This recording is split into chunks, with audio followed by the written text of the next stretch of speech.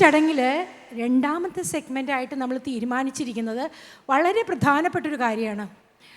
നമുക്ക് ഇന്നസെൻ്റ് ഏട്ടൻ എന്ന് പറയുന്ന വ്യക്തി ഇത്രയും കാലം മലയാള സിനിമയിൽ ഉണ്ടായിരുന്നത് പോലെ തന്നെ മഹാപ്രതിഭകളായിട്ടുള്ള ഒരുപാട് പേര് മലയാള സിനിമയിൽ 50 വർഷം പൂർത്തിയാക്കിയ ആളുകൾ. 50 എന്ന് പറയുമ്പോൾ 50ൻ്റെ മേൽപോട്ടാണ് കേട്ടോ, താഴോട്ടല്ല. 50 പോലും അല്ല, 50ഉം ഏകദേശം 60ഉം ഒക്കെ വർഷം പൂർത്തിയാക്കിയവർ മലയാള സിനിമയിലുണ്ട്. അങ്ങനെയുള്ള മഹാപ്രതിഭകളെ ആദരിക്കാനുള്ളൊരു അവസരമാണിത്. നമുക്ക് ആദ്യമായിട്ട് ആദരവോടെ നമുക്ക് ക്ഷണിക്കേണ്ടത് ശ്രീലത നമ്പൂതിരി മാഡം സ്റ്റേജിലേക്ക് ആദരവോടുകൂടി ക്ഷണിക്കുന്നു. ചേച്ചിയുടെ ജീവിതരേഖ നമ്മളുടെ മുന്നിൽ അവതരിപ്പിക്കാനായിട്ട് നമ്മുടെ പ്രിയങ്കരനായ നടൻ ശ്രീജിത്തിനെ വേദിയിലേക്ക് സ്നേഹപൂർവ്വം ക്ഷണിക്കുകയാണ്. ഒപ്പം ചേച്ചിക്ക് ആദരവിൻ്റെ പൊന്നാട അണിയിക്കാനായിട്ട് അമ്മ തറവാട്ടിലെ അമ്മ ഇപ്പോൾ ശ്വേത മേനോൻ, ശ്വേതയെ സ്നേഹപൂർവ്വം ക്ഷണിക്കുകയാണ് ഒരിക്കൽ കൂടി. ഒപ്പം ഇന്നത്തെ പുരസ്കാര ജേതാവിനെ കൂടി വേദിയിലേക്ക് ക്ഷണിക്കുന്നുണ്ട്. അദ്ദേഹത്തിനും ഒരു ഡ്യൂട്ടിയുണ്ട്. അജു വർഗീസിനെ സ്നേഹത്തിൻ്റെ ഭാഷയിൽ വേദിയിലേക്ക് ക്ഷണിക്കുന്നു. ഒപ്പം ഇത് പുരസ്കാരം സമ്മാനിക്കാനായിട്ട് പ്രിയങ്കരനായ നമ്മുടെ ടി കെ രാജകുമാർ സർ, രാജീവേട്ടനെ വേദിയിലേക്ക് ആദരപൂർവ്വം ക്ഷണിക്കുന്നു. അതെ, അമൂല്യമാണ് ഞാൻ, എൻ്റെ സ്വർണവും. Chungath gold, precious like me. വലിയ സന്തോഷം. വളരെ അപ്രതീക്ഷിതമായിട്ടാണ് സുരേഷ് ഏട്ടൻ ഈ കടലാസ് എൻ്റെ കയ്യിൽ കൊണ്ടുവന്നിട്ട് ഇത് വായിക്കാൻ പറയുന്നത്. പക്ഷേ ആദ്യം എന്നോട് ചോദിച്ചു മലയാളം വായിക്കാൻ അറിയുമോ എന്ന് ചോദിച്ചു. ഞാനൊന്ന് സംശയിച്ച് വേറെ കൊണ്ടതല്ല, ചേച്ചിയാണെങ്കിൽ വായിക്കുമോ? വായിക്കാമല്ലോ, ശരി. പക്ഷേ ഇങ്ങനൊരു വേദിയിൽ ഇന്നസെൻ്റ് ചേട്ടൻ്റെ പേരിലുള്ള പ്രഥമ ഹാസ്യതാരത്തിനുള്ള അവാർഡ് നൽകുന്ന കാനിൻ്റെ ഈ വേദിയിൽ, അത് അർഹമായ കരങ്ങളിലേക്ക് എത്തിച്ചേർന്ന ഈ വേദിയിൽ അപ്രതീക്ഷിതമായിട്ടാണെങ്കിലും ഇങ്ങനൊരു അവസരം തന്നതിന് സുരേഷ് ഏട്ടനോട് എൻ്റെ നന്ദി ആദ്യം അറിയിക്കട്ടെ.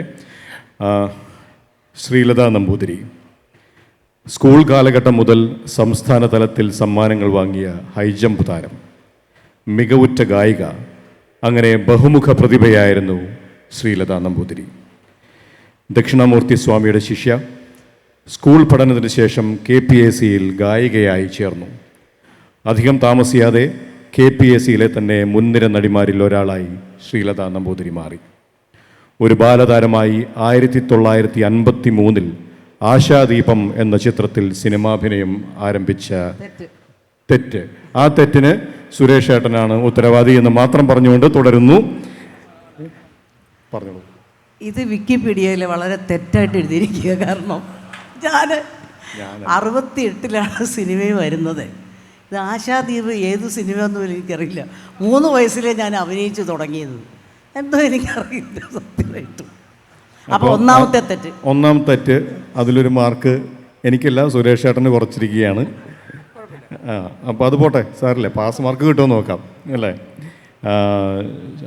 അത് പറ്റി തൻ്റെ അഭിനയ ജീവിതത്തിലെ ഉജ്ജ്വല തുടക്കമായി കാണുന്നത് ഖദീജയിലെ കഥാപാത്രമാണ്. അത് രണ്ടാമത്തെ തെറ്റ്. പരീക്ഷയിൽ തോൽക്കുന്ന ലക്ഷണമാണ് കാണുന്നത്. ഞാൻ പറയട്ടെ, അതായത് ഈ ഖദീജ എന്ന് പറയുന്ന സിനിമ 66 മറ്റോ റിലീസായതാണ്. ഞാനത് എവിടെയോ നാട്ടിലിരുന്നാണ് കാണുന്നത്. ഞാൻ വരുന്നത് 68 എൻ്റെ ആദ്യ റിലീസായ ചിത്രം പഠിച്ച കള്ളനാണ്. അയ്യോ, എനിക്കിതിൻ്റെ വല്ല കാര്യമുണ്ടോ? അത് കുഴപ്പമില്ല, പോട്ടെ.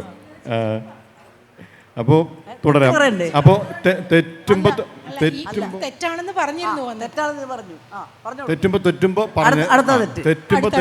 ഒരെണ്ണം തലയ്ക്ക് ഒരു കിഴുക്കും തരിക, അത് കഴിഞ്ഞ് ബാക്കി പറയാം. മലയാളം കണ്ട ഏറ്റവും മികച്ച അഭിനയ കുലപതികൾക്കൊപ്പം സിനിമാഭിനയവും തുടങ്ങിയ ഈ കലാകാരി നാടകാഭിനയത്തിൽ കിട്ടിയ ആത്മവിശ്വാസം കൈമുതലാക്കി താൻ അഭിനയിച്ച എല്ലാ കഥാപാത്രങ്ങളും ഒന്നിനൊന്ന് മികച്ചതാക്കി. അവിടെ ഒരു ചെറിയ തിരുത്തുണ്ട്, തെറ്റാൻ പറ്റില്ല. അവിടെ ഒരു ചെറിയ തിരുത്തുണ്ട്. നാടകത്തിൽ ഞാൻ പാടാനാണ് വന്നത്. അന്ന് ഞാൻ SLC പഠിച്ചുകൊണ്ടിരിക്കുന്ന സമയം. അപ്പോൾ അതിലൊരു കുട്ടിയുടെ വേഷമാണ് ചെയ്തത്. അതല്ലാതെ വലിയ നായിക അവിടെ ആയില്ല. തെറ്റ്.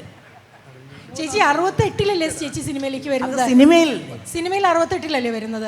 ഇതിന്റെ ക്ലൈമാക്സ് വേറെയുണ്ട്. അത് അജു ഇപ്പോൾ എന്നെ ഓർമ്മിപ്പിച്ചു, സന്തോഷം, താങ്ക് യു. ഇത് ഞാൻ അവസാനം എല്ലാം തീർന്നതിന് ശേഷം പറയാം, കുറേ തെറ്റുകൾ ഇനി വരാനുണ്ട്. ഭാസി ബഹദൂർ ശ്രീലത എന്നീ ജോഡികൾ കുറച്ചൊന്നുമല്ല നമ്മളെ രസിപ്പിച്ചിട്ടുള്ളത്. അത് തെറ്റല്ലല്ലോ? അത് ശരിയാ.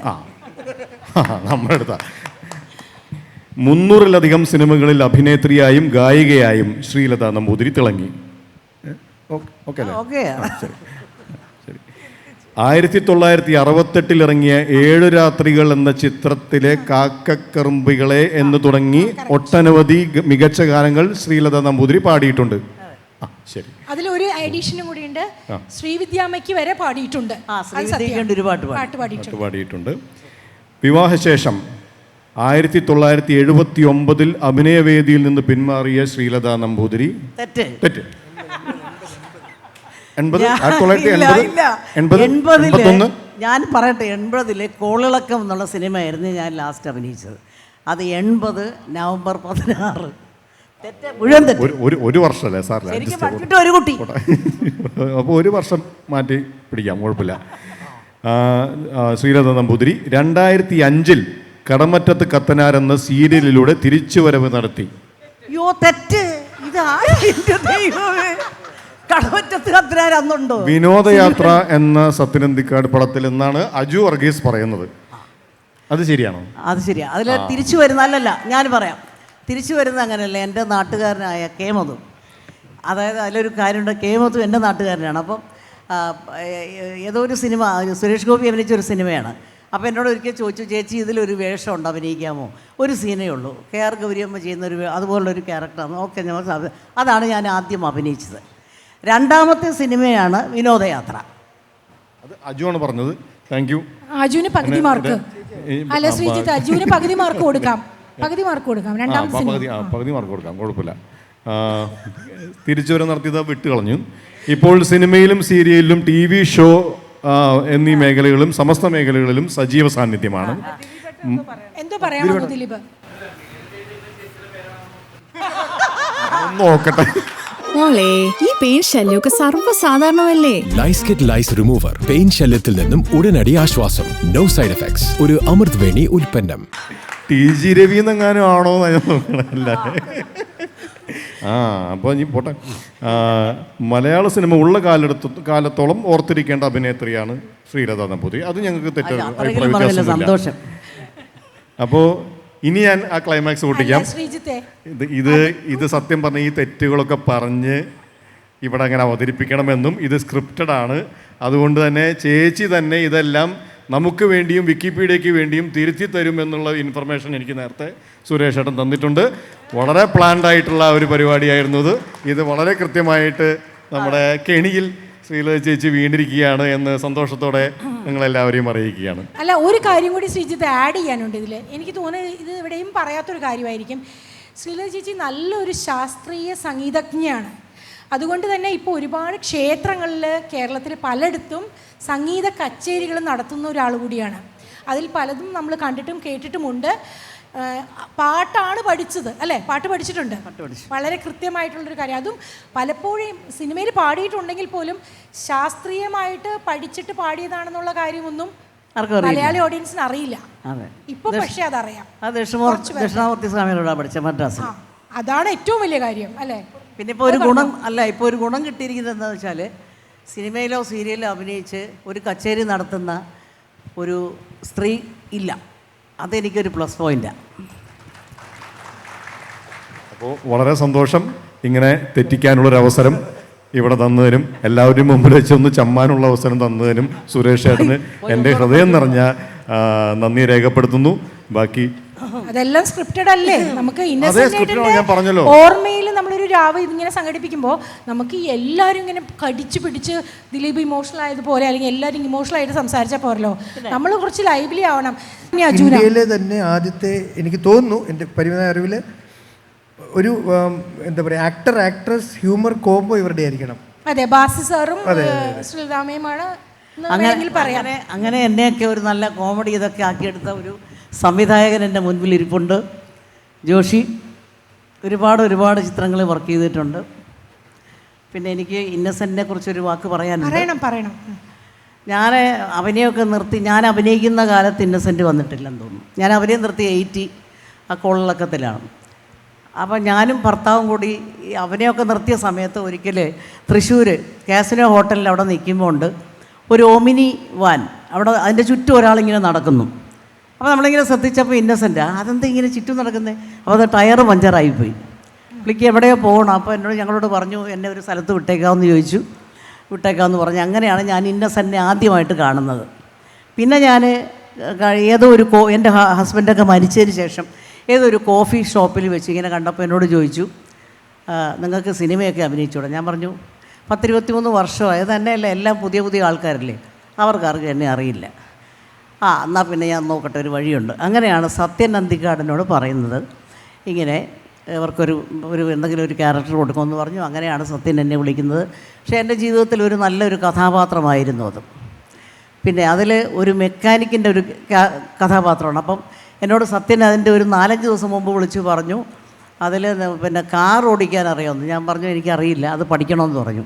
ഞാൻ വളരെ കഷ്ടപ്പെട്ടൊരു മാരുതി വണ്ടിയൊക്കെ എടുത്ത് 4-5 ദിവസം ഓടിച്ചൊക്കെ പഠിച്ചു. പക്ഷേ സെറ്റിൽ ചെന്നപ്പം എനിക്ക് തന്നത് ഒരു ജീപ്പാണ് ഓടിക്കാൻ. എൻ്റെ ദൈവം, ഇതെങ്ങനെ ഓടിക്കും? അപ്പം ഞാനും ദിലീപും ഇന്നസെൻറ്റും കൂട്ടുള്ള ഒരു ഷോട്ടാണ് എടുക്കുന്നത്. അപ്പം ദിലീപും ഇന്നസെൻറ്റും കൂടെ പിന്നെ വർക്ക്ഷോപ്പിലിരിക്കുന്നു. ഞാൻ ഈ വണ്ടി ഓടിച്ചു കൊണ്ടുവന്ന് ഇവരുടെ മുമ്പിൽ ഇങ്ങനെ നിർത്തണം, അതിന് വളച്ച് കൊണ്ടുവന്ന് നിർത്തണം. ഈശ്വര, ഞാൻ 2-3 പ്രാവശ്യം റിഹേഴ്സലൊക്കെ ചെയ്തു. എല്ലാ ദൈവങ്ങളെയും വിളിച്ചു മനസ്സിൽ.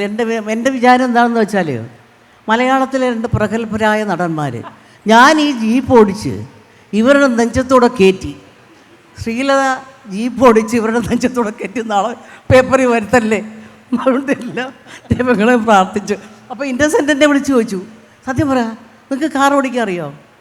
കാർ ഓടിക്കാൻ ഞാൻ പഠിച്ചു, പക്ഷേ എനിക്കൊരു കുഴപ്പമെന്ന് വെച്ചാൽ ഈ ആക്സിലേറ്ററും ഈ ബ്രേക്കും എനിക്ക് കൺഫ്യൂഷനാണ്. ആണോ? അയ്യോ, ഞാൻ പറഞ്ഞു പ്ലീസ് നിങ്ങൾ 2 പേരും ഒന്ന് സൂക്ഷിച്ചിരിക്കണേ പ്ലീസ്. അങ്ങനെ അടുത്തോട്ട് വന്നാൽ നിങ്ങൾ, അത് തന്നെയല്ല ഇവരിയ്ക്കുന്നതിൻ്റെ അപ്പുറത്തൊരു കുഴിയാണ്. അപ്പോൾ ഇവർ ഓടി ഞാൻ പൊയ്ക്കോളും, പക്ഷേ ഞാൻ കുഴി വീഴും. അങ്ങനെ ആദ്യത്തെ ഷോട്ട് എല്ലാ ദൈവങ്ങളെയും വിളിച്ച് ഓക്കെയായി, സന്തോഷമായി. ഞാൻ പിന്നെ ജീപ്പ് കുറച്ച് ദൂരമൊക്കെ ഓടിച്ചു, കുഴപ്പമില്ലാതെ പോയി. ഇതാണ് യാത്രക്കാരുടെ ശ്രദ്ധിക്കുന്ന സിനിമയിലേക്ക് പോയത്. അപ്പോൾ ശ്രീലത ചേച്ചിയെ വണ്ടി ഓടിക്കാനുള്ള പ്രേരണയായതും ഇന്നസെൻ്റ് ഏട്ടനാണെന്നുള്ളതാണ് വേണമെങ്കിൽ നമുക്ക് പറയാം. അജുവിനോട് ഞാൻ പറയുമായിരുന്നു, അജു അതിൽ അഭിനയിച്ച് കണ്ടപ്പോൾ എനിക്ക് സത്യം പറഞ്ഞാൽ എനിക്കൊരു ശകലം സങ്കടം വന്നു. ഇന്നസെൻ്റ് എനിക്ക് ഓർമ്മ വന്നു. ആ കഥാപാത്രം ഞാൻ ആലോചിച്ചു മനസ്സിൽ, ഇന്നസെൻ്റിനെ പോലെ തന്നെ എനിക്ക് തോന്നി. അതൊരു വലിയ കോംപ്ലിമെൻ്റാണ് അജുവിന്. ഇനി നമുക്ക് പുരസ്കാര സമർപ്പണത്തിലേക്ക് പോവാം. രാജീവേട്ടനെ ആദരവോടെ ക്ഷണിക്കുകയാണ് പുരസ്കാര സമർപ്പണത്തിനായിട്ട്.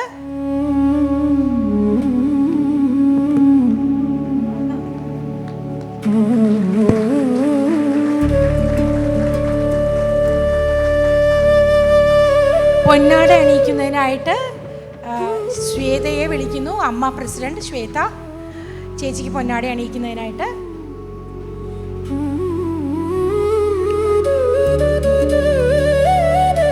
ഇനി ഒരു കാര്യം കൂടി ബാക്കിയുണ്ട്. ഈ മഹാപ്രതിഭ, നമ്മുടെയൊക്കെ ഗുരുസ്ഥാനിയായിട്ടുള്ള ഈ അമ്മയ്ക്ക് ഒരു ഗുരുദക്ഷിണ കൂടി ഞങ്ങളുടെ ഇവിടെ എല്ലാവരുടെയും റെപ്രസെൻറ്റേഷനായിട്ട് അജു നൽകും.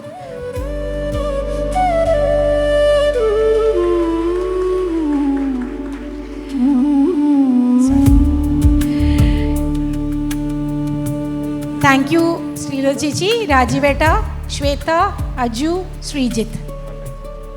എനിക്കൊരു കാര്യം ചേച്ചിക്ക് പറയാനുണ്ട്. എന്തായാലും ഈ സ്റ്റേറ്റ് അവാർഡിൽ എനിക്കൊരു കാര്യം ഞാൻ ഇങ്ങനെ ആലോചിക്കാറുണ്ട്. ഈ കോമഡി അഭിനയിക്കുന്നവർക്ക് ബെസ്റ്റ് ആക്ടർ അവാർഡ് കിട്ടാൻ വേണ്ടിയിട്ട് അവാർഡ് കിട്ടും. കിട്ടിക്കഴിഞ്ഞാൽ പിന്നെ കോമഡി അവാർഡ് അവർക്ക് നിർത്തിക്കും. ആദ്യം ഇതുപോലെ ആദ്യകാലത്തൊക്കെ ബാസ്യേട്ടനായിരുന്നു അത് ചെയ്തിരുന്നത്. അദ്ദേഹം ഒരു 40 സിനിമ കോമഡിയായിട്ട് അഭിനയിക്കുമ്പോൾ 2 സിനിമ കോമഡി അല്ലാത്തതായിരിക്കും. അപ്പോൾ അത് കിട്ടാൻ വേണ്ടിയിട്ട് കോമഡി അവാർഡ് അങ്ങ് നിർത്തിക്കും. എന്തൊരു തെറ്റല്ലേ അത് ചെയ്യുന്നത്. അപ്പോൾ അതുപോലെ തന്നെ ഇപ്പോൾ ഈ അടുത്ത കാലത്ത് മാമുക്കോയയ്ക്ക് കിട്ടിയപ്പം 2 വർഷത്തേക്ക് പിന്നെ അവാർഡില്ല, കോമഡി ആർട്ടിസ്റ്റിന് അവാർഡില്ല. കോമഡിയൊക്കെ അത്ര മോശമാണോ? കോമഡി അഭിനയിക്കുന്ന ഒരു ആർട്ടിസ്റ്റിനെ എല്ലാം അഭിനയിക്കാൻ സാധിക്കില്ലേ? അപ്പോൾ ഏതായാലും ഇങ്ങനെ സുരേഷ് ഇതിനൊരു മുൻകൈ എടുത്ത് വളരെ നല്ല കാര്യമാണ്. അത് ഞാൻ എൻ്റെ അഭിപ്രായത്തിൽ പറയുകയാണെങ്കിൽ ഈ ആണുങ്ങൾക്ക് മാത്രം കൊടുത്താൽ പോരെ, പെണ്ണുങ്ങളും കോമഡി അഭിനയിക്കുന്നവരുണ്ട്, അവർക്ക് കൊടുക്കണം.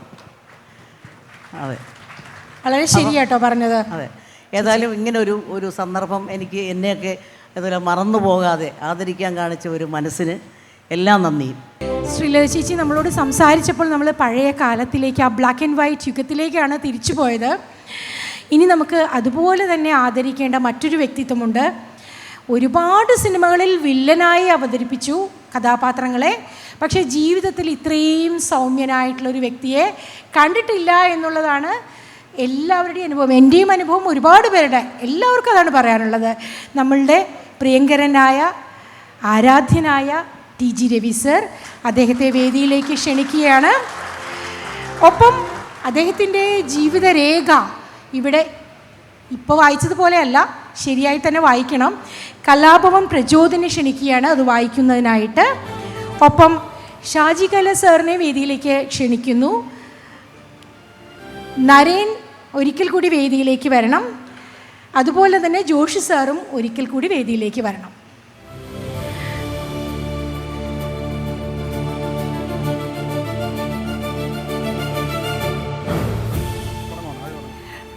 ആദ്യം അദ്ദേഹത്തിൻ്റെ ജീവിതരേഖ പ്രചോദ് വായിക്കും. ഒരുപാട് സന്തോഷം. ഈ വേദിയിൽ പ്രത്യേകിച്ച് TG രവിചേട്ടൻ്റെ ജീവിതരേഖ വായിക്കാൻ സാധിച്ചതിൽ ഒരുപാട് നന്ദി പറഞ്ഞുകൊണ്ട് തുടങ്ങുകയാണ്. തൃശ്ശൂർ എഞ്ചിനീയറിംഗ് കോളേജിലെ football captain, engineer, businessman, producer. ഒരു നടൻ ആകുന്നതിന് മുമ്പ് ജീവിതത്തിൽ നിറഞ്ഞാടിയ വേഷങ്ങളാണ് ഇതെല്ലാം. നായകനായി അഭിനയിക്കാൻ വരുന്നിട്ടും അഭിനയ പ്രാധാന്യമുള്ള വേഷങ്ങളിൽ തുടങ്ങി പിന്നീട് സ്വാഭാവിക വില്ലൻ വേഷങ്ങളിലായി ഒരുപാട് കാലം മലയാള സിനിമയിൽ നിറഞ്ഞു നിന്നു. അനിവാര്യമായ ഇടവേള എടുക്കേണ്ടി വന്നപ്പോഴും മികച്ച കഥാപാത്രങ്ങൾക്ക് വേണ്ടിയുള്ള അന്വേഷണം അദ്ദേഹത്തിൻ്റെ മനസ്സിൽ എപ്പോഴും ഉണ്ടായിരുന്നു. അഭിനയസവരിയുടെ 2ാം ഘട്ടത്തിൽ ഒരുപാട് കഥാപാത്രങ്ങളായി മലയാള സിനിമയിൽ ഇപ്പോഴും സജീവമായ അദ്ദേഹത്തെ, TG രവിചേട്ടനെ, ഈ വേദിയിലേക്ക് ആദരവോടെ ക്ഷണിക്കുന്നു. ഇനി പുരസ്കാര സമർപ്പണമാണ്. അതിനുശേഷം സർ സംസാരിക്കണം. ജോഷി സാറിനെ ആദരവോടെ ക്ഷണിക്കുന്നു പുരസ്കാരം സമർപ്പിക്കുന്നതിനായിട്ട്.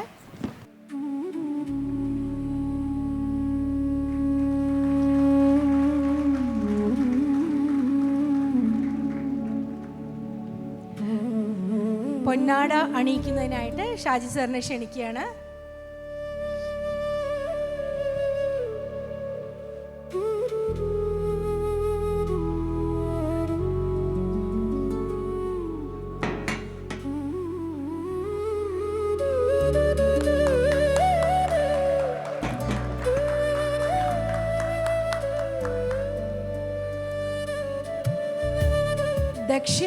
ഗുരുദക്ഷിണ സമർപ്പിക്കുന്നതിനായിട്ട് യുവ കലാകാരൻ കൂടിയാണ്, പ്രായമായിട്ടില്ല, നരേൻ ക്ഷണിക്കുകയാണ്.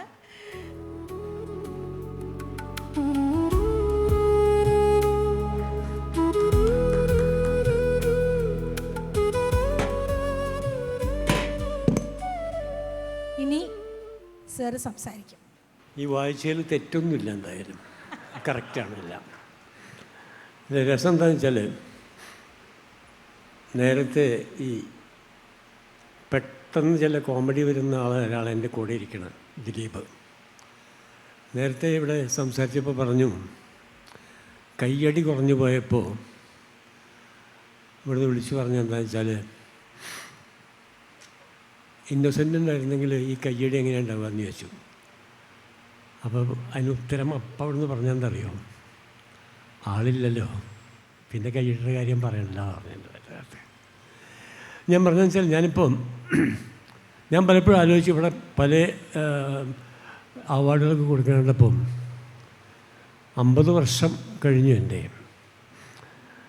എനിക്കുള്ളതിലൊരു 30 വർഷം എനിക്ക് സംശയം ഉണ്ടായിരുന്നു, അത് എൻ്റെ 50 കുറയ്ക്കുമെന്നൊരു ഡൗട്ട് ഉണ്ടായിരുന്നു.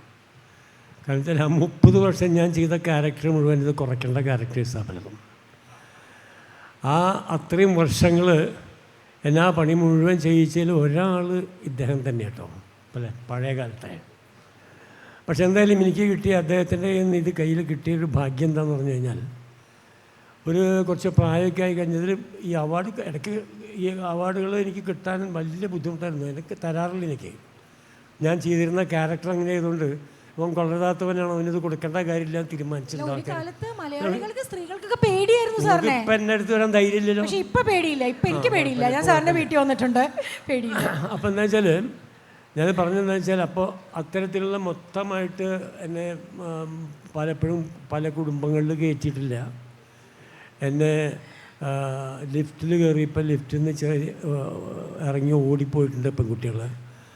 അങ്ങനെ എനിക്കൊരു ഭാഗ്യം ആ സമയത്ത് ഈ പുറത്തുനിന്ന് ഉണ്ടായിട്ടില്ല, പക്ഷെ അകത്തുണ്ടായിരുന്നു. കാരണം എൻ്റെ കൂടെ ഈ ബെഡ്റൂം സീനൊക്കെ അഭിനയിച്ച തിരക്കേടില്ലാതെ ചില പെൺകുട്ടികൾക്ക് വന്ന് പറയാറുണ്ട് അത്രയും അസിസ്റ്റൻ്റ് അടുത്ത്. കാരണം ഒരു നല്ല കൈയാണ്, അത് കഴിഞ്ഞ് കഴിഞ്ഞാൽ പിന്നെ നല്ലോണം ഓർഡർ കിട്ടുമെന്നാണ് പറഞ്ഞു കേട്ടിട്ടുണ്ട്.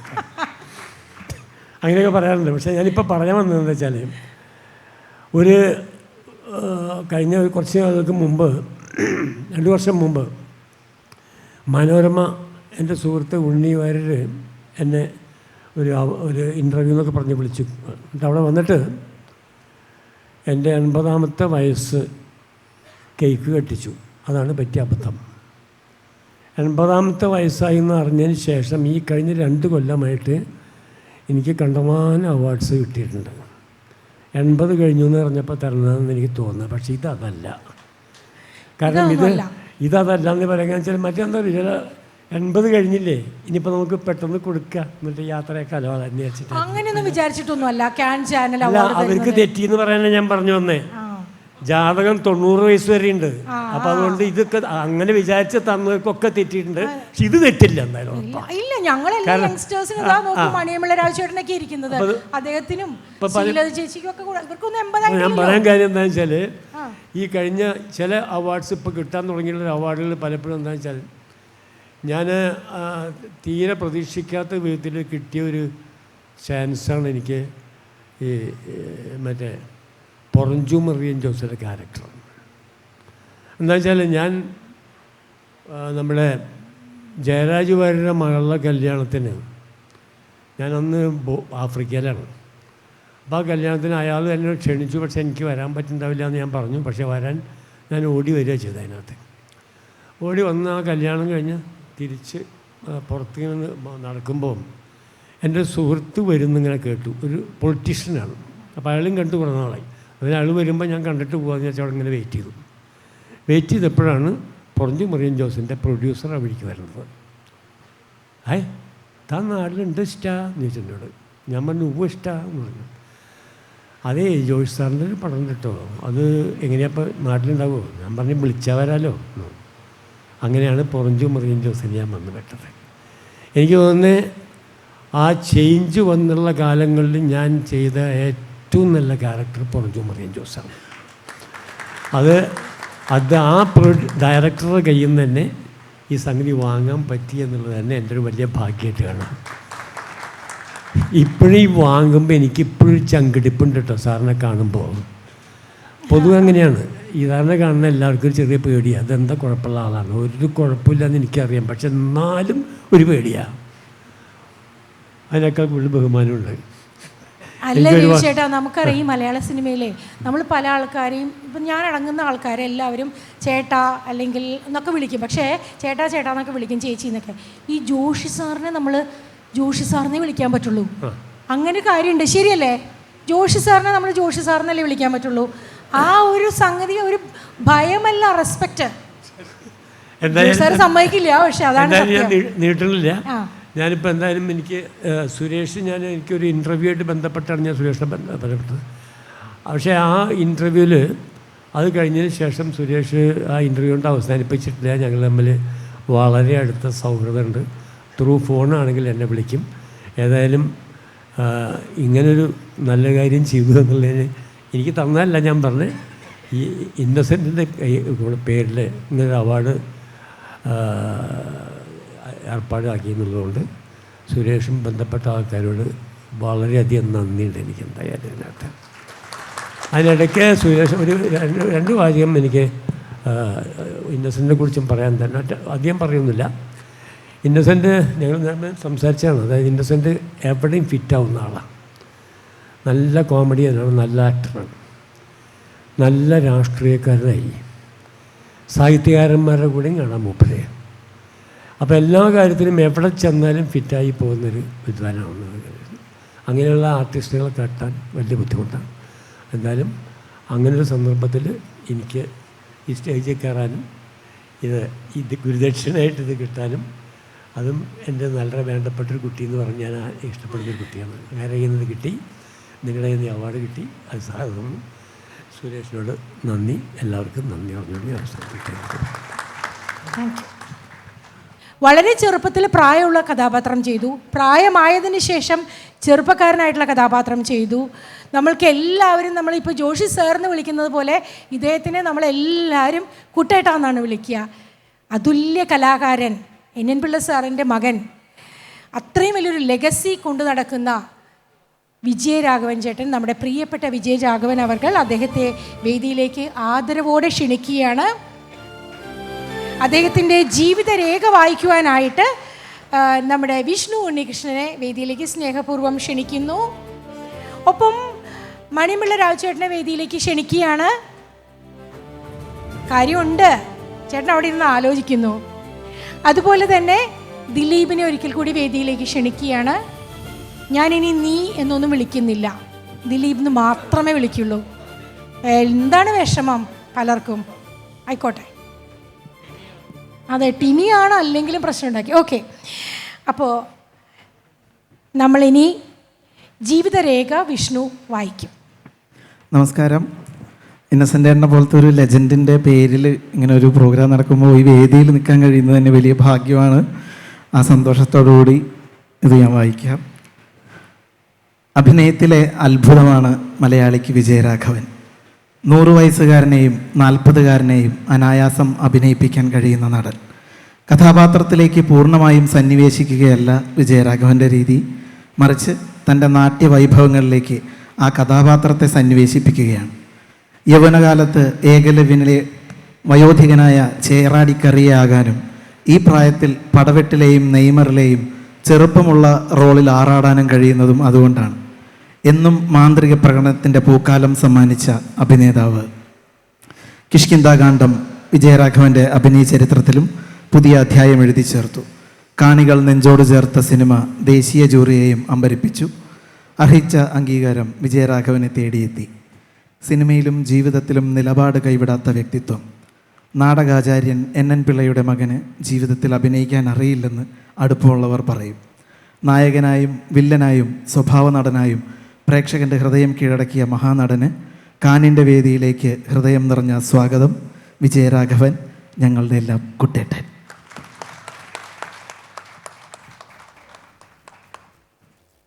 ഇനി പുരസ്കാര സമർപ്പണമാണ്. അതിന് ദിലീപിനെ ക്ഷണിക്കുകയാണ്.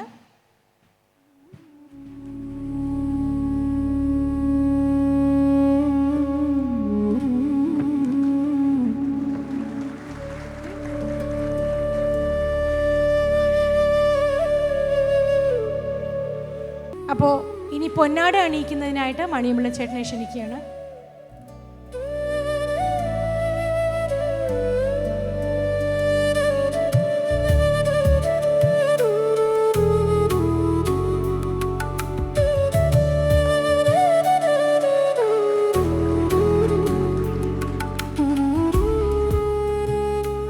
ഇനി വിഷ്ണുവിനെ ഒരിക്കൽ കൂടി ഞാൻ ക്ഷണിക്കുകയാണ് ദക്ഷിണ നൽകുന്നതിനായിട്ട്.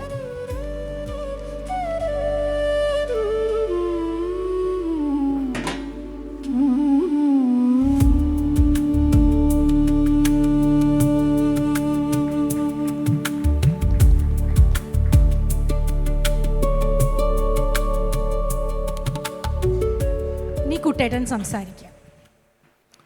ഒരുപാട് സന്തോഷമുണ്ട്. ഒരുപാടെന്ന് വെച്ചാൽ ഒരുപാട് സന്തോഷം. ഇതൊരു അവാർഡെന്നുള്ള ഞാൻ അഭിനയിച്ച ഒരു ചിത്രത്തിന് പ്രത്യേകം എടുത്ത് പറഞ്ഞിട്ടൊരു അവാർഡല്ല. ഞാൻ 53 വർഷമായി ഞാൻ സിനിമയിൽ വന്നിട്ട്. 53 ഫുള്ളില്ല. 1973 കാപാലിക എന്ന് പറഞ്ഞ അച്ഛൻ്റെ ഒരു നാടകം സിനിമയായി. അതിലാണ് ഞാൻ ആദ്യം അഭിനയിക്കുന്നത്. മറ്റൊരു ഭാഗ്യം, എൻ്റെ മുഖത്ത് ആദ്യമായിട്ട് ക്ലാപ്പ് അടിക്കുന്നത് ജോഷിയാണ്. അതിനൊക്കെ ഉപരിയായിട്ട് ഞാനും ജോഷി ഒന്നിച്ച് പഠിച്ചതാണ് ചേർത്തല SN കോളേജിൽ. അപ്പം ജോഷിയുടെ ആദ്യ സിനിമാ പ്രവേശനം കാബാലിയയിലെ അസിസ്റ്റൻറ്റ് ഡയറക്ടറായിട്ടാണ്. ഞാൻ അന്ന് ഒരു 2 ദിവസത്തെ ഒരു ചെറിയ റോൾ, ഒരു പാട്ടുമുണ്ട്, പിന്നെ 2-3 സീനുമുണ്ട്, ചെറിയ റോൾ അഭിനയിച്ചു. പിന്നീട് ഞാൻ സിനിമയിൽ അഭിനയിച്ചില്ല. പിന്നെ 83-ലാണ് സുറുമയിട്ട കണ്ണ് എന്ന സിനിമയിൽ അഭിനയിക്കുന്നത്. അതിനുശേഷം കുറേ പിന്നിലാവ്, ഈ ശബ്ദം ഇന്നത്തെ ശബ്ദം, അങ്ങനെ കുറേ സിനിമകളിൽ അഭിനയിച്ചു. പിന്നീട് ജോഷി ഡയറക്റ്റ് ചെയ്ത ന്യൂഡൽഹി, അതായിരുന്നു എൻ്റെ സിനിമാ ജീവിതത്തിലൊരു അതുവരെ ഞാൻ പതുക്കെ നടക്കുകയായിരുന്നു. പിന്നെ ഓടാൻ തുടങ്ങിയത് അതിനുശേഷമാണ്. ആ ഓട്ടം ഇപ്പോഴും അവസാനിച്ചിട്ടില്ല എന്ന് ഞാൻ വിശ്വസിക്കുന്നു. അങ്ങനെ ഓടാൻ ഇപ്പോൾ ആ ഓട്ടത്തിൽ അന്ന് എൻ്റെ കൂടെ എൻ്റെ മുഖത്ത് ആദ്യം ക്ലാപ്പ് അടിച്ച ജോഷിയുമുണ്ട്. ഞാനും ജോഷിയും ഒന്നിച്ചിങ്ങനെ കൈപിടിച്ചാണ് ഓടുന്നത്. അപ്പോൾ ഇപ്പോഴും ഈ പറഞ്ഞ ഏറ്റവും കൂടുതൽ സിനിമകൾ ഞാൻ മലയാളത്തിൽ അഭിനയിച്ച ജോഷിയുടെ സിനിമകളിലാണ്. മാത്രമല്ല വളരെ വ്യത്യസ്തമായ വേഷങ്ങളിലും. അതുപോലെ തന്നെയാണ് ഷാജിയുടെ ആദ്യ സിനിമ മുതൽ ന്യൂസ് അതുപോലെ ഞാൻ അഭിനയിക്കുന്നു. മാത്രമല്ല ഒരു ക്യാരക്ടർ ആക്ടർ ആകാം എന്നുള്ളൊരു വിശ്വാസം എനിക്ക് ഉണ്ടാക്കിയത് ഷാജിയാണ്. ഷാജിയുടെ ഏകലവ്യ എന്ന സിനിമയിലെ ചേറാടിക്കറിയ, അത് അന്ന് എനിക്ക് അത്രയും പ്രായമൊന്നും തോന്നുകയില്ല. ചെറുപ്പ റോളൊക്കെ അഭിനയിച്ചൊരു ഗുണ്ടായും ഒക്കെ ആയിട്ട് ചെറിയ ചെറിയ വേഷങ്ങളൊക്കെ അഭിനയിക്കുന്ന സമയത്താണ് പെട്ടെന്നൊരു പ്രായമുള്ള കഥാപാത്രം, അത് മനുഷ്യൻ വിശ്വസിക്കാൻ ബുദ്ധിമുട്ടാണ്. അയ്യോ, പ്രത്യേകിച്ച് അന്നത്തെ കാലത്ത്. അപ്പം അന്ന് അങ്ങനെ റോൾ അഭിനയിക്കാൻ എനിക്ക് അവസരം ഉണ്ടാക്കിയത് ഷാജിയും രഞ്ജിപ്പണിക്കരും അതിൻ്റെ പ്രൊഡ്യൂസറും ഇവരൊക്കെയാണ്. മാത്രമല്ല ഇത്രയും നാളും എന്നെ മലയാള സിനിമയെ പിടിച്ചു നിർത്തിയത് ഇതിൻ്റെ പ്രൊഡ്യൂസർമാരും ഇതുപോലുള്ള ഡയറക്ടേഴ്സും, അവരോടൊക്കെ ഉള്ള സ്നേഹം, നന്ദി ഞാൻ ഈ അവസരത്തിൽ അറിയിക്കുകയാണ്. പിന്നെ ഈ അവാർഡിന് എനിക്ക് വളരെ സന്തോഷമുള്ളൊരു കാര്യം എന്ന് വെച്ചാൽ ഇന്നസെൻ്റ് ചേട്ടൻ്റെ പേരിലുള്ള ഈ അംഗീകാരം എൻ്റെ ജീവിതത്തിൽ ഞാൻ ഏറ്റവും ബഹുമാനിക്കുന്ന എൻ്റെ അച്ഛനും അമ്മ, അങ്ങനെ കുറേ എൻ്റെ കുടുംബത്തിലുള്ളവരാണ്. പിന്നെ ഞാൻ ഏറ്റവും വലിയ മഹത്തരമായിട്ട് മഹാൻ എന്നൊക്കെ ഞാൻ വിചാരിക്കുന്നത് സുഭാഷ് ചന്ദ്രബോസാണ്. പിന്നെ എൻ്റെ ജീവിതത്തിൽ അടുത്തതായിട്ട് ഞാൻ എന്നും എൻ്റെ മനസ്സിൽ ഞാൻ ബഹുമാനിക്കുകയും സ്നേഹിക്കുകയും ഞാൻ ആരാധിക്കുകയും ചെയ്യുന്ന മനുഷ്യനാണ് ഇന്നസെൻ്റ് ചേട്ടൻ. അത്രമാത്രം എന്നെ സ്വാധീനിച്ചൊരു വ്യക്തിയാണ് ഇന്നസെൻ്റ് ചേട്ടൻ. ജീവിതത്തിലും പലപ്പോഴും എൻ്റെ വീട്ടിൽ വന്ന് അദ്ദേഹം സംസാരിച്ചിട്ടുണ്ട്, അദ്ദേഹത്തിൻ്റെ വീട്ടിൽ ഞാൻ പോയിട്ടുണ്ട്. അല്ലാതെ ഞങ്ങൾ ഒരുമിച്ചുള്ള അവസരങ്ങളിലൊക്കെ മനസ്സ് തുറന്ന് സംസാരിക്കുന്ന, വളരെ ജീവിതത്തോട് വളരെ സത്യസന്ധനായ ഒരു മനുഷ്യനെ ഞാൻ ഇന്നസെൻ്റ് ചേട്ടനിലാണ് കാണുന്നത്. മറ്റാരിലും അത്രയും ഓപ്പണായിട്ട് ഇത്ര സത്യസന്ധമായിട്ട് മനുഷ്യനെ കണ്ടില്ല. ഒരുപാട് അനുകരണീയമായ സ്വഭാവത്തിന് ഉടമയാണ് ഇന്നസെൻ്റ് ചേട്ടൻ. എനിക്ക് ആ ഇന്നസെൻ്റ് ചേട്ടൻ ഇപ്പോൾ ഓരോന്ന് കാണുമ്പോൾ പെട്ടെന്ന് ചിരിക്കാനല്ല തോന്നുന്നത്. അങ്ങനെ എനിക്ക് ഏറ്റവും എൻ്റെ ജീവിതത്തിൽ ഞാൻ ഹൃദയത്തോട് ചേർത്ത് നിർത്തുന്ന ഒരു മനുഷ്യൻ്റെ ഞാൻ പറഞ്ഞ അച്ഛൻ കഴിഞ്ഞാൽ ഞാൻ വിശ്വസിക്കുന്ന ഒരാൾ, അദ്ദേഹത്തിൻ്റെ പേരിലെ അവാർഡ് എനിക്ക് കിട്ടിയ ഏറ്റവും വലിയ അംഗീകാരമായിട്ടാണ് ഞാൻ കരുതുന്നത്. ഇതിനെന്നെ തിരഞ്ഞെടുത്ത സുരേഷ്, എൻ്റെ ബാക്കി സംഘാടകർ എല്ലാവരോടും എൻ്റെ നന്ദി, സ്നേഹം അറിയിക്കുന്നു. Thank you. രാജുചേട്ടനെ കുറിച്ച് പറയുമ്പോൾ കുറേ കാര്യങ്ങൾ പറയാനുണ്ട്. നടൻ, പ്രൊഡ്യൂസർ, ഡാൻസറോ, പിന്നെ അല്ല, എനിക്കൊരു കാര്യമുണ്ട് രാജുചേട്ടനെ കുറിച്ച് പറയുമ്പോഴേ, സെറ്റിൽ നല്ല ഭക്ഷണം കിട്ടും ഞങ്ങൾക്കൊക്കെ. സെറ്റിൽ നല്ല ഭക്ഷണം കിട്ടും. അല്ലല്ല, രാജുചേട്ടനുണ്ടെങ്കിൽ സെറ്റിൽ നല്ല ഭക്ഷണം നിർബന്ധമായിരിക്കും എല്ലാവർക്കും. അത് പൊതുവെ പറയുന്നൊരു കാര്യമാണ്, അല്ലേ ശ്വേത? ശരിയല്ലേ? സത്യമാണ്. എനിക്ക് ഇന്നും ഓർമ്മയുണ്ട്, സിനിമ കഴിഞ്ഞ് വൈകുന്നേരങ്ങളിൽ രാജുചേട്ടൻ്റെ റൂമിൽ എല്ലാവരും എത്തും. ഇന്ന് ഞങ്ങൾക്ക് എല്ലാവർക്കും അങ്ങേ ആദരിക്കാനുള്ളൊരു സമയമാണ്. അതുകൊണ്ട് തന്നെ രാജുചേട്ടൻ്റെ ജീവിതരേഖ വായിക്കുവാനായിട്ട് അനൂപ് കൃഷ്ണനെ വേദിയിലേക്ക് ക്ഷണിക്കുകയാണ്. ഒപ്പം രഞ്ജിത്ത് സാറിനെ വിളിക്കുന്നു. അദ്ദേഹത്തെ ക്ഷണിക്കുകയാണ്. AK സാജൻ അവർകളെയും വേദിയിലേക്ക് ക്ഷണിക്കുകയാണ്. അതുപോലെ തന്നെ പ്രൊഡ്യൂസർ ശ്രീ സാബു ചെറിയൻ സാറിനെ വേദിയിലേക്ക് ക്ഷണിക്കുന്നു. അപ്പോൾ ജീവിതരേഖ വായിക്കാം.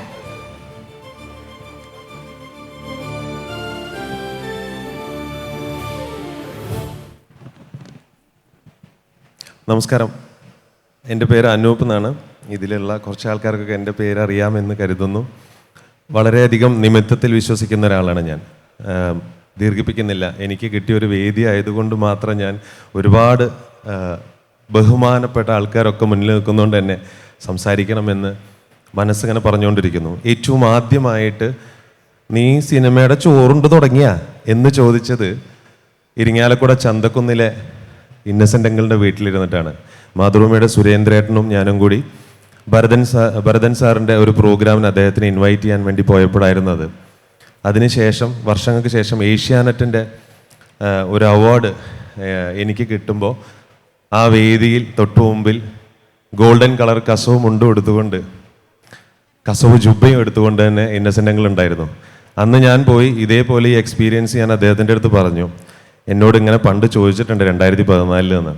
അപ്പോൾ എന്നോട് ഇന്നസെൻ്റ് അങ്കിൾ പറഞ്ഞു, ഇപ്പം ഞാൻ പറഞ്ഞത് വെറുതെ ആയില്ലല്ലോ, നീ കഴിച്ചു തുടങ്ങിയില്ലേ എന്ന് പറഞ്ഞു. അതിനുശേഷം 2023 മാർച്ച് 26 അദ്ദേഹം നമ്മളെ വിട്ടുപോയി. അതിൻ്റെ 2 ദിവസം മുന്നേ ആയിരുന്നു ഞാൻ അഭിനയിച്ചുകൊണ്ടിരുന്ന ഒരു സിനിമ ഒരു 3-4 ദിവസത്തേക്ക് വേണ്ടി മാത്രമായിട്ട് ഷെഡ്യൂൾ ബ്രേക്ക് ചെയ്യുന്നത്. അൺഫോർച്ചുനേറ്റ്ലി എന്ന് തന്നെ പറഞ്ഞുകൊണ്ട് തുടങ്ങാം, എനിക്ക് അദ്ദേഹത്തിനെ അവസാനമായി കാണാനുള്ളൊരു അവസരം അന്ന് ഇവിടുന്ന് കിട്ടിയെന്ന് ഞാൻ വിശ്വസിക്കുന്നു.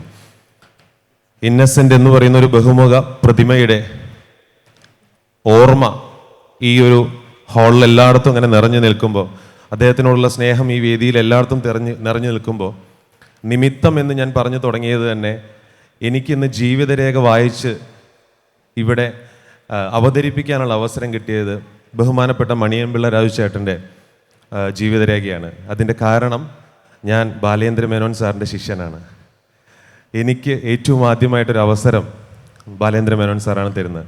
സുധീർ കുമാർ എന്ന മണിയൻപിള്ള രാജു ചേട്ടൻ്റെ മണിയൻപിള്ള എന്ന പേര് നൽകുന്നത് ബാലേന്ദ്ര മേനോൻ സാറാണ്. ഏറെ ബഹുമാനത്തോടെ ഞാൻ ജീവിതരേഖ വായിച്ചു തുടങ്ങട്ടെ. മണിയൻപിള്ള രാജു മലയാള സിനിമാ അഭിനേതാക്കളിലെ തെളിനീർ വെള്ളമാണ് മണിയൻപിള്ള രാജു. താൻ അഭിനയിച്ച എല്ലാ കഥാപാത്രങ്ങളും തന്നിലേക്ക് ലയിപ്പിക്കുന്ന അനിതര സാധാരണമായ അഭിനയത്തിനുടമ. ശ്രീകുമാരൻ തമ്പിയുടെ മോഹിനിയാട്ടത്തിൽ വെള്ളിത്തിരയിൽ തുടക്കം കുറിച്ച മണിയൻപിള്ള രാജു ബാലചന്ദ്ര മേനോൻ്റെ മണിയൻപിള്ള അഥവാ മണിയൻപിള്ള എന്ന സിനിമയിലൂടെ നായകനായി. അതിനുശേഷം ഒരു ജൈത്രയാത്രയായിരുന്നു. 50 വർഷത്തിലധികമായി 250-ൽ അധികം സിനിമകൾ അദ്ദേഹം അഭിനയിച്ച കഥാപാത്രങ്ങളിൽ നമ്മൾ മറന്നുപോയത് വളരെ വിരളമാണ്. ഹാസ്യനടൻ എന്ന ലേബലിൽ ഒതുങ്ങി നിൽക്കാതെ മണിയൻപിള്ള രാജു കൈകാര്യം ചെയ്ത വേഷപ്പകർച്ചകൾ നിരവധിയാണ്. സർവകലാശാലയിലെ ചക്കര, മിന്നാരത്തിലെ ലാസർ, നരസിംഹത്തിലെ CI ഹബീബ്, കിരീടത്തിലെ നജീബ്, അങ്ങനെ എണ്ണിയാൽ ഒടുങ്ങാത്ത കഥാപാത്രങ്ങളായി മണിയൻപിള്ള രാജു ഇപ്പോഴും മലയാള സിനിമയുടെ അവിഭാജ്യ ഘടകമാണ്. വെള്ളാനകളുടെ നാട്, അനന്തഭദ്രം, ഛോട്ടാ മുംബൈ, അങ്ങനെ നമ്മൾ നെഞ്ചിലേറ്റിയ നിരവധി ചിത്രങ്ങളുടെ നിർമ്മാതാവ് കൂടിയാണ് ശ്രീ മണിയൻപിള്ള രാജു. നല്ലൊരു സംഘാടകൻ കൂടിയായ അദ്ദേഹം വർത്തമാനകാല മലയാള സിനിമാ പ്രവർത്തനങ്ങൾക്ക് ചുക്കാൻ പിടിക്കുന്ന ആളുകൂടിയാണ്. മലയാള സിനിമയിലെ ഒരേ ഒരു മണിയൻപിള്ള രാജുവിനെ, ആ ബഹുമുഖ വ്യക്തിത്വത്തെ കാനിൻ്റെ വേദിയിലേക്ക് ഏറെ സ്നേഹത്തോടെ ബഹുമാനത്തോടെ സ്വാഗതം ചെയ്യുന്നു.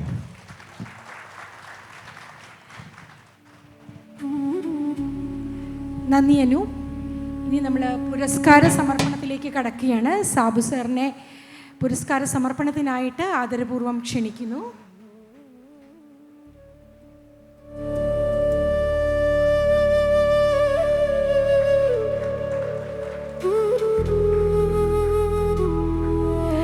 ഇനി അദ്ദേഹത്തിനെ പൊന്നാട അണിയിക്കുവാനായിട്ട് പ്രിയങ്കരനായ നമ്മുടെ പ്രൊഡ്യൂസർ രഞ്ജിത്ത് സാറിനെ ക്ഷണിക്കുകയാണ്.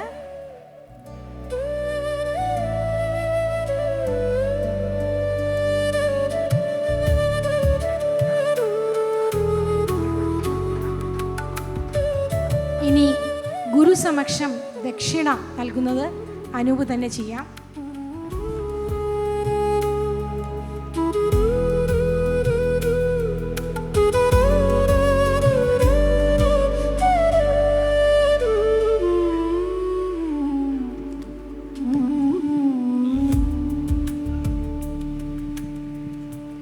ഇനി രാജേട്ടൻ സംസാരിക്കില്ലേ?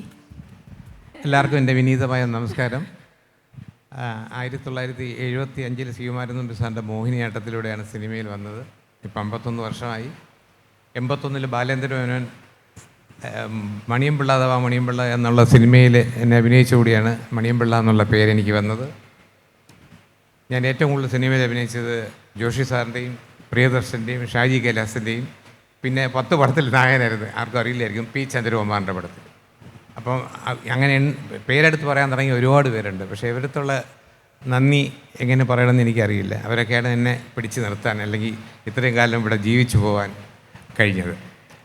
ഇന്നസെൻറ്റിനെ ഞാൻ ആദ്യമായിട്ട് ഉമാലോജിൽ താമസിക്കാൻ ചെല്ലുമ്പോൾ ഇൻസ്റ്റിറ്റ്യൂട്ടിൽ 73 തൊട്ട് 75 വരെയുള്ള പഠനം പൂർത്തിയാക്കിയിട്ട് ഉമാലോജി ചെല്ലുമ്പോൾ മുകളിൽ ആസ്പെറ്റോസ്, സൈഡിൽ ആസ്പെറ്റോസ്, ഒരു കോഴിക്കോട് പോലെയുള്ളൊരു സാധനമാണ്.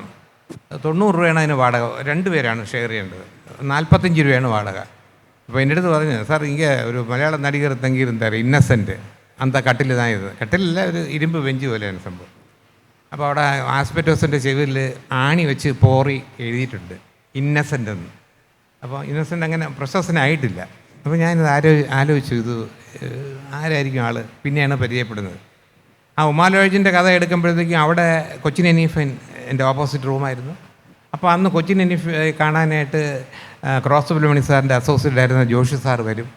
അന്ന് ജോഷി സാറിനെ പരിചയപ്പെട്ട ഒരു ബന്ധമാണ് ഇന്നും തുടങ്ങുന്നത്. ഞാൻ ഗുരുതുല്യനായിട്ടോ ദൈവതുല്യനായിട്ടോ പിന്നെ ഈ പറഞ്ഞ ഇവരെല്ലാം പറഞ്ഞ ഒരു കാര്യമുണ്ട്, എപ്പോൾ അടുത്ത് വന്നാലും നമുക്ക് ഭയമാണ്. എന്താണെന്ന് അറിയട്ടെ, അടിക്കുകയും പിടിക്കുകയും പേനാക്കത്തിയൊന്നും കയ്യിലില്ല, പക്ഷേ നമുക്ക് അറിയാതെ ഒരു ഭയം വരും. അത് ടി ജി രവിചേട്ടൻ പറഞ്ഞതും കറക്റ്റാണ്. അത് ഓവർ ബഹുമാനം കൊണ്ടാണ് സാർ. അപ്പോൾ വളരെ സന്തോഷമുണ്ട്. പിന്നെ എനിക്ക് ഇന്നസെൻ്റെ പേരിൽ ഇങ്ങനൊരു അവാർഡ് ഇദ്ദേഹം കൊണ്ടുവരുന്നതിൽ, പ്രത്യേകിച്ച് കോമഡി അവാർഡ് 2 ലക്ഷം രൂപ കൊടുത്ത് കൊണ്ടുവരുന്ന സുരേഷിൻ്റെ എനിക്കൊരു റിക്വസ്റ്റ് ഉണ്ട്. ഇപ്പം ഈ അടുത്ത 2 കൊല്ലങ്ങളിൽ ഞാൻ നല്ല കോമഡിയനായിട്ട് അഭിനയിച്ച അവാർഡുണ്ടെങ്കിൽ എനിക്ക് തരരുത്, ദയവ് ചെയ്ത് തരരുത്. കാര്യമൊന്നുമല്ല, ഒരു അനുഭവം കിടപ്പുണ്ട്. അതായത് JC ഡാനിയൽ അവാർഡായിരുന്നു ഇവിടുത്തെ ഏറ്റവും വലിയ അവാർഡ്, 2 ലക്ഷം രൂപ. ആദ്യം വാങ്ങിച്ചവർക്ക് അത്, ഇപ്പോൾ അത് 5 രൂപയാണ്. ഇതൊരു 3 കൊല്ലം കഴിയുമ്പോൾ നിങ്ങളിത് 5 രൂപയാക്കുമെന്ന് എനിക്കറിയാം. ആ സമയത്ത് നിങ്ങൾ എന്നെ ഒന്ന് കൺസിഡർ ചെയ്യണം. ആ സമയത്ത് അജു വർഗീസിനൊന്നും തോന്നരുത് കേട്ടോ, ഒന്നും തോന്നല്. ഇപ്പം എന്നെക്കാൾ 3 രൂപ കൂടുതൽ വാങ്ങിച്ചും തോന്നരുത്. എന്തായാലും കോമഡിയന്മാർക്ക് ഒരു ഉഷിരാണ്, ഒരു ഉണർവാണിത്. സത്യം പറഞ്ഞാൽ ഏറ്റവും വലിയ തുകയാണ് അദ്ദേഹം ചെയ്തിരിക്കുന്നത്. എന്തായാലും ഇന്നസെൻ്റെ പേര് ഓർമ്മിച്ച് ഇങ്ങനെ ഒരു ഫംഗ്ഷൻ നടത്തിയതിന് നിങ്ങളെ നമിച്ചേ പറ്റുള്ളൂ. വർഷങ്ങളായിട്ട് ഞാനിരിക്കുന്ന കാലം തൊട്ട് ഞങ്ങൾ സുഹൃത്തുക്കളാണ്, എല്ലാ കാര്യങ്ങളും അങ്ങോട്ടും ഇങ്ങോട്ടും വിളിച്ച് ചോദിക്കാറുണ്ട് എല്ലാം. പിന്നെ ഈ പറഞ്ഞ മാതിരി വളരെ സന്തോഷമുണ്ട്. എന്നെ ഇപ്പോൾ ഷാളിട്ടത് തുടരുമ്പോൾ ഞാനൊരു നല്ല വേഷം ചെയ്തു. ആ വേഷം തന്ന പ്രൊഡ്യൂസറിൻ്റെ കയ്യിൽ നിന്ന് തന്നെ അത് കിട്ടിയതിൽ എനിക്ക് സന്തോഷം. പടത്തിലൊന്നും ഇട്ടിട്ടില്ല, പക്ഷേ എന്നാലും എനിക്ക് സന്തോഷം. സാധനം ഒന്നല്ല, ഇനി ഇടയ്ക്കുമ്പോൾ കൺസിഡർ ചെയ്താൽ ഇതൊക്കെ കിട്ടിയ ആളല്ലേ. അപ്പോൾ എനിക്ക് വളരെ സന്തോഷമുണ്ട്. പിന്നെ ഇന്നസെൻറ്റിനെ കുറിച്ച് മറക്കാൻ പറ്റാത്തത്, എനിക്ക് വളരെ സീരിയസ് ആയിട്ട് 3 പ്രാവശ്യം കോവിഡും ന്യൂമോണിയ വന്നു. വിട്ടില്ല, ഞാൻ അതൊക്കെ പിടിച്ചെടുത്തു. ആ സമയത്തൊക്കെ മിക്കവാറും ദിവസങ്ങൾ ഞാൻ ഹോസ്പിറ്റലിൽ കിടക്കുമ്പോൾ എനിക്ക് വരുന്ന ഒരു കോൾ ഇന്നസെൻ്റാണ്. എടാ പ്രാർത്ഥനയുണ്ടടാ, ഞാനും വീട്ടിൽ രാത്രി എന്നും പ്രാർത്ഥിക്കും, നിൻ്റെ പേരുണ്ട്, ഒന്നും വരൂലടാ, ധൈര്യം ഇരിടാന്ന് പറയും. ഇന്നസെൻ്റ് വിളിക്കുമായിരുന്നു. എന്നെ വളരെ ഇഷ്ടമായിരുന്നു, അത് എനിക്കും വലിയ ഇഷ്ടമായിരുന്നു. എന്തായാലും ആലീസ് ചേച്ചി ഇവിടെ വരില്ല എന്ന് പറഞ്ഞത് ഒരു കാര്യമാണ്. കാര്യം നമ്മൾ ആ വീട്ടിൽ ഞാൻ പിന്നെ പോകുമ്പോഴും ചെല്ലുമ്പോൾ ഇന്നസെൻ്റ് കാര്യം പറയുമ്പോൾ അവർ പടപടാന്നങ്ങ് കരയും. എന്തായാലും ഈ ഒരു ഫംഗ്ഷൻ വളരെ നന്നായിരുന്നു. അടുത്ത പ്രാവശ്യം ഇതിലും ഗംഭീരമാണ്. 5 രൂപ ആകുമ്പോൾ എന്നെ വിളിക്കില്ല. എൻ്റെ നമ്പർ അറിയാമല്ലോ. ഓക്കെ, അത് മതി. Thank you.